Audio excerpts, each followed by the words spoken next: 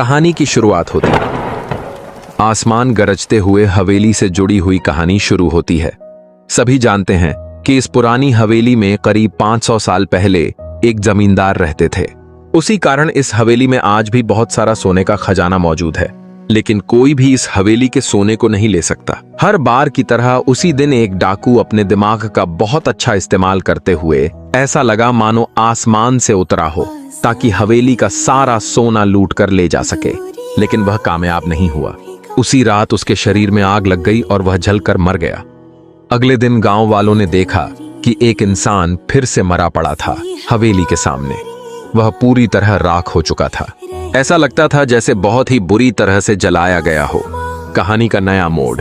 इस सुंदर गांव में एक लड़का रहता था जिसका नाम था राइस्टार, एक मेहनती और ईमानदार लड़का जो दिन रात अपने छोटे से केले के खेत में काम करता था। साथ ही उसका एक छोटा सा दुकान भी था जिससे उसका गुजारा चलता था। एक दिन जब राइस्टार घर में कोई काम कर रहा था, तभी पीछे से किसी की आवाज आई। उसने मुड़कर देखा तो उसका दोस्त खड़ा था।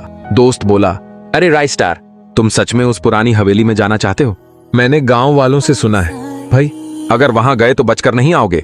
फिर दोस्त ने एक उपाय बताया।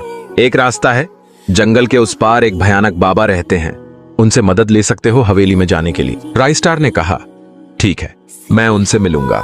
दोस्त बोला, ध्यान रखना, बाबा सिर्फ रात को ही आते हैं। शाम ढलने लगी।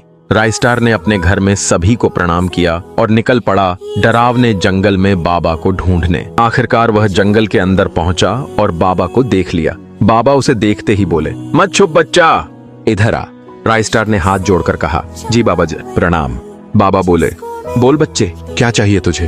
तब राइस्टार ने हिम्मत जुटाकर पुरानी हवेली के बारे में सब कुछ बता दिया। सारी बात सुनने के बाद बाबा मुस्कुराए और अपनी झोली से एक जादुई चीज निकालकर उसे देते हुए बोले, ले, अब तुझे कुछ नहीं होगा। राइस्टार ने झुककर उनका आशीर्वाद लिया और बाबा के शब्दों को मन में दोहराते हुए वहां से वापस चल पड़ा। अगले दिन राइस्टार अपना ऑटो गाड़ी लेकर चल पड़ा सोने वाली हवेली की ओर, सोने का खजाना लेने। जाते जाते देखा कि शाम ढलने लगी और अंधेरा होने लगा। हवेली के अंदर गया और देखा कि इतना सारा सोना फैला हुआ है। अब राइस्टार ने देखा कि उसे कुछ नहीं हो रहा है, वो अब भी जिंदा है। फिर अचानक राइस्टार की आंख खुली और देखा कि वो नदी के किनारे एक पेड़ के पास बैठा हुआ सो गया था, और ये सब तो उसने सपने में ही देखा था। किसी को नहीं पता कि असल में राइस्टार उस हवेली के वंश का असली वारिस है या नहीं। क्या आप भी जानना चाहते हैं कि सच में राइस्टार ही उस हवेली का असली वारिस है? तो नीचे कमेंट में यस लिखकर बताएं।